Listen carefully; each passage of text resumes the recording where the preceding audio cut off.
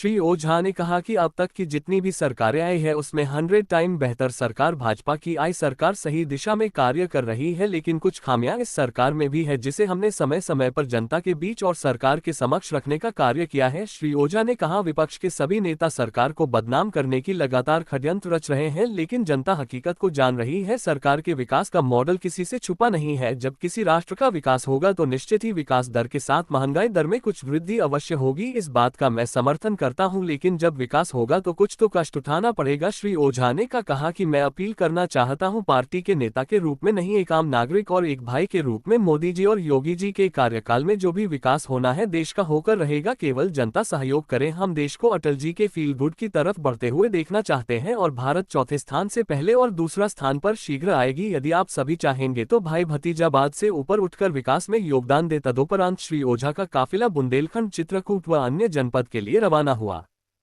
और ये सराहनीय कार्य है। पहली बात, आप राजनीतिक क्षेत्र में क्या जानकारी चाहते हैं?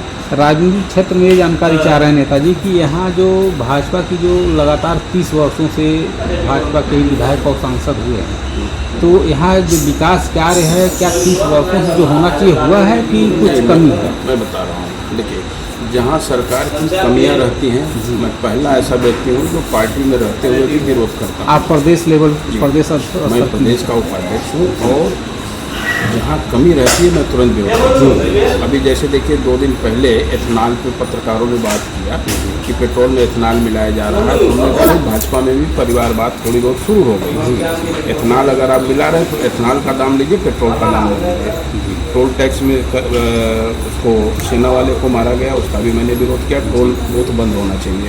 जब एक बार गाड़ी से टैक्स ले लिया गया, रोड टैक्स, ठीक है, तो फिर टोल की क्या आवश्यकता टोल टैक्स की? अगर आपका घाटा जा रहा है तो 10-20 हज़ार रुपये बढ़ा के ले लीजिए उसी समय, जिससे लोगों का समय न खराब हो और रोड टोल पे 50% मार्केट टोल पे हो रहा है जी। तो गलत कार्यों का मैं विरोध करता हूँ, चाहे पार्टी में रहूँ चाहे न रहूँ, उसका मेरे सेहत पे कोई नहीं फर्क पड़ता जी। ये तो मालूम है कि आप निष्पक्ष हमेशा। रह गई विकास की बात, तो विकास तो 100 टाइम बेटर बिफोर अन्य सरकारों से, चाहे वो कांग्रेस हो, सपा हो, बसपा हो, जो भी हो, उनसे बेहतर विकास है। बहुत सुंदर, ये तो हम बेहतर विकास है। और मुख्यमंत्री यहाँ की जनता भी महसूस करती है। मुख्यमंत्री के रूप में जहाँ तक आपने पूछा, मैंने 3 लोगों को काफ़ी वरीयता दिया, जैसे कल्याण सिंह और हमारा तो चोली दामन का रिश्ता रहा, जैसा साथ में छोटे भाई बड़े भाई की तरह, ठीक है। और उतना अनिष्ट तो कोई मुख्यमंत्री यूपी में हुआ नहीं, ठीक। और कांग्रेस के रिज्यूम में भी रामनाथ यादव जी ईमानदार मुख्यमंत्री थे जी, नो डाउट। और विकास की जहाँ तक बात है, 10 महीने के शासनकाल में कल्याण सिंह जी ने 70,000 लोगों को निःशुल्क रोजगार दिया जी। इसमें नेताजी एक बात कहेंगे, जो प्राइमरी स्कूल जो है जैसे 40 हमारी बात पूरी होने दें। और रह गई योगी जी की बात, तो योगी जी भी बेहतर काम कर रहे हैं कुछ बिंदु पे। इनसे या तो गलती कराई जा रही है या मौन समर्थन है, वो तो ईश्वर जाने। जैसे नेताजी एक बात मैं कहना चाह रहा हूँ, जैसे जो प्राइमरी स्कूल में छोटा गांव है जहाँ 15, 20 या 25 या 40 बच्चे हैं, उस छोटे छोटे प्राइमरी स्कूलों को बंद किया जा रहा है, तो इस पर आप क्या कहेंगे? ये गलत है? कहाँ जाएंगे, कैसे पढ़ेंगे?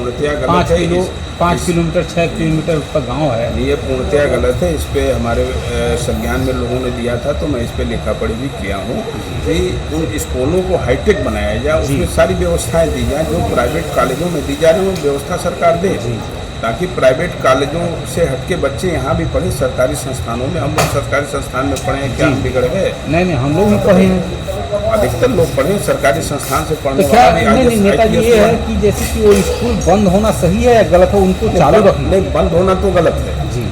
उस पे बच्चे कहाँ जाए? उस पे 5 किलोमीटर कड़ाई से एक नियम उस पे बैठा दिया जाए कि टीचर समय से आ रहे हैं, टीचर समय से आ रहे हैं कि नहीं। उस गांव में 20 बच्चे हैं, 25 बच्चे हैं, क्या उन बच्चों के लिए कोई सरकार की जिम्मेदारी नहीं होती? बिल्कुल जिम्मेदारी बनती है। अगर वो बंद हो जाएगा तो वो बच्चे कहाँ जाएंगे? 20-25 पास इतना पैसा नहीं। पूरे प्रदेश में ऐसे अगर 100 स्कूल हैं तो 20 ये अगर रेशियो लगाया जाए तो सैकड़ों बच्चे हो गए, हजारों बच्चे हो गए, तो बच्चों का भविष्य तो अंधकार में जा रहा है।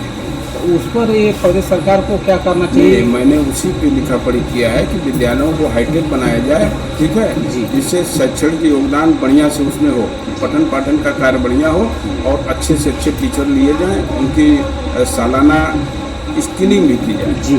जो बढ़िया अध्यापन का कार्य कर रहे हैं कि नहीं, नहीं, उनकी भी शिक्षक टेस्ट तो किया जाए। बहुत बढ़िया कर रहे हैं। नहीं, फिर भी सालाना एक उनका भी एग्जाम नहीं, होता है सर नेताजी, होता, वो तो डे बाई डे जो है होता है उनका, रेगुलर जांच होती है, डीओ है, तमाम ऐसे उनके ऊपर इतनी कड़ाई है, लेकिन उसके बाद भी स्कूल बंद हो रहे हैं, तो इसके पीछे का सरकार की कोई विश्वास गलती नहीं। रखें कि इस पे हमने जो लिखा पढ़ी किया वो पक्ष में आएगा और विद्यालय बंद नहीं होने पाएंगे, क्योंकि बच्चों का भविष्य चौपट हो जाएगा। और दूसरी बात यह है, जैसे धार्मिक स्थल से बुढ़िया माई का मंदिर आप यहाँ आए हैं, ये बहुत प्राचीन मंदिर है, तो यहाँ पर विकास कार्य और क्या होना चाहिए, किस तरीके का होना चाहिए? यहाँ पे एक अच्छा धर्मशाला का निर्माण होना चाहिए, पुजारी के रहने के लिए स्थान होना चाहिए जी, और धर्मशाला की बड़ी व्यवस्था होनी चाहिए। इधर आइए। आप लोगों के रहने के लिए कोई स्थान है यहाँ पे? हाईटेक